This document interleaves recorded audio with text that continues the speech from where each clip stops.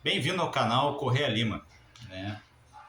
Por favor, se inscreva, né? Compartilhe, deixe seu like.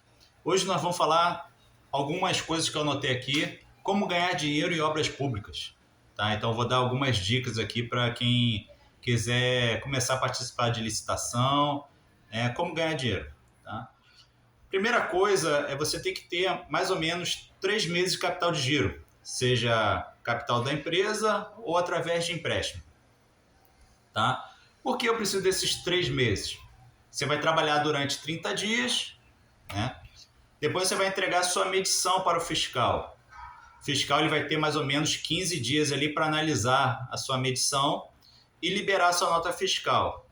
Então, e depois, quando você entregar a nota fiscal ao fiscal da obra, né, ou fiscal de contrato, ela ainda demora às vezes até 30 dias para ser feito o pagamento. Ela é liquidada, né, e espera o numerário para ser feita a ordem bancária. Então você deve receber somente em torno de depois de até 30 dias ali depois.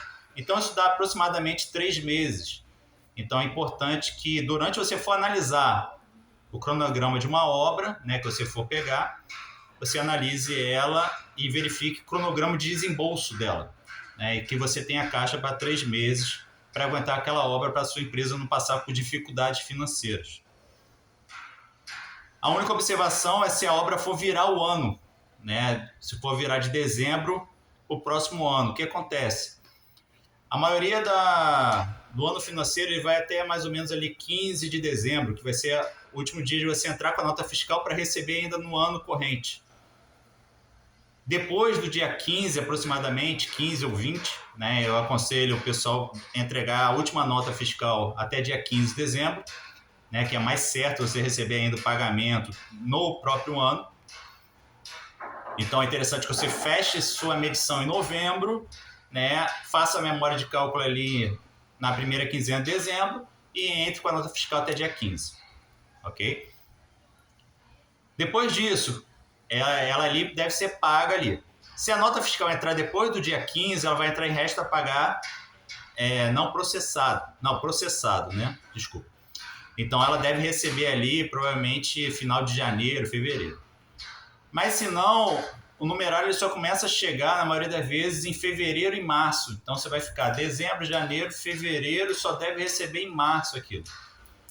Então você tem que ter um capital de giro maior nessa época do ano, se sua obra for virar um ano. Tá? Então só toma cuidado isso, porque você só deve receber lá para o meado de fevereiro ou início de março.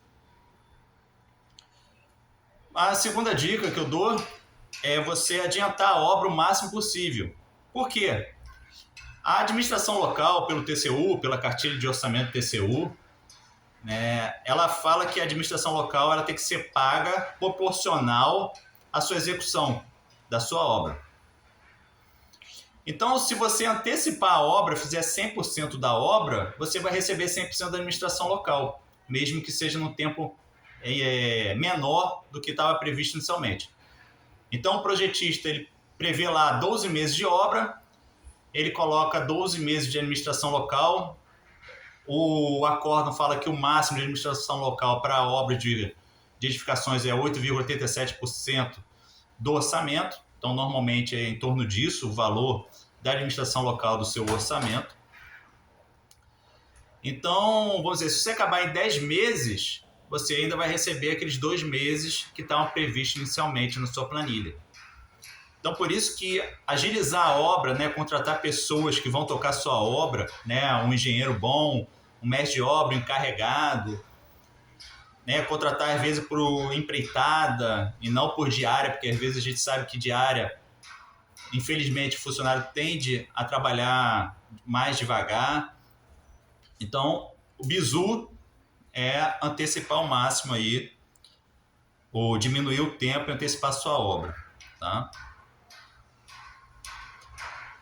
Outra coisa também é a parte de reajuste. Essa parte de antecipar a obra não vale a pena quando está previsto um reajuste. Por exemplo, você tem 15 meses previsto no seu cronograma para executar a sua obra. né? Na verdade, hoje o reajuste pelos novos modelos da CJU, o interregno ele sai do orçamento da administração, né? E não mais da proposta como era antigamente. Então é importante você verificar no seu edital, no seu projeto básico, né, que você está entrando, qual vai ser o interregno válido para o reajuste, ok? Então, quando eu tenho um reajuste no meio, se você antecipar a sua obra, a parte do reajuste, você vai receber menos valor do reajuste. Por quê? Então, por exemplo, está previsto no meu cronograma executar 100 mil. Então, e a minha obra é de 200 mil. Então, eu tenho 100 mil ali para que vai ser como reajuste. Depois de um ano, eu vou ter executado 100 mil e os outros 100 mil de reajuste. Mas se eu antecipar a minha obra, se eu fizer 120 mil no primeiro ano, eu só vou receber reajuste de 80 mil e não mais de 100 mil, que era o esperado. Então, não vale a pena você antecipar a medição, né, ou a sua obra quando tiver previsto o reajuste no meio. Tá? Então, você toca até a parte do reajuste no valor certinho previsto no seu cronograma que foi colocado na licitação.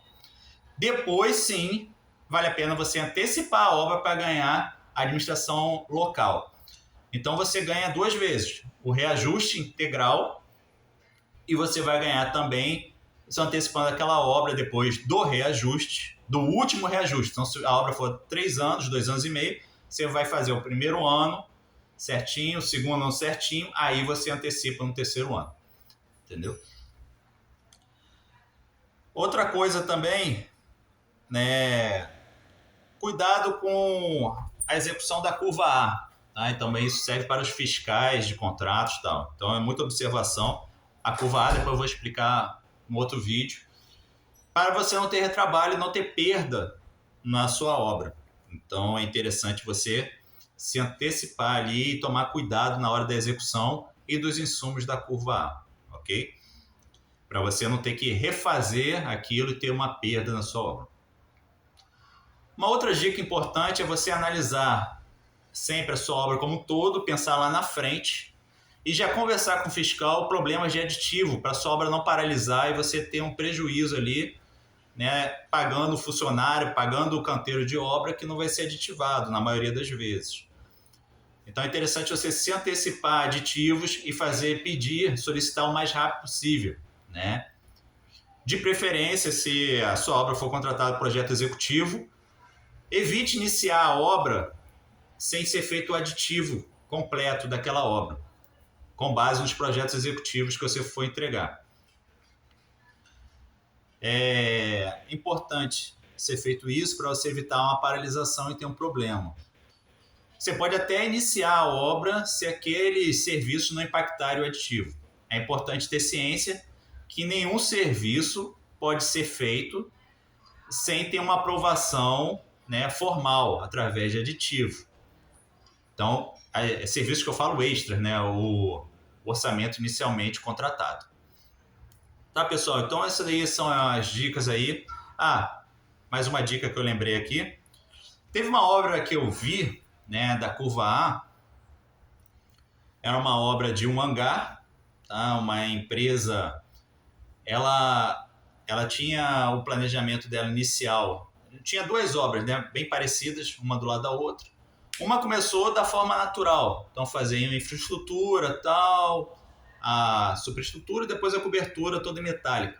A outra obra não, ela preferiu fazer toda a parte de infraestrutura, de tubulação, de solo e tal depois e subiu toda a estrutura metálica. Qual foi a sacada ali da segunda empreiteira, né, que subiu toda a estrutura?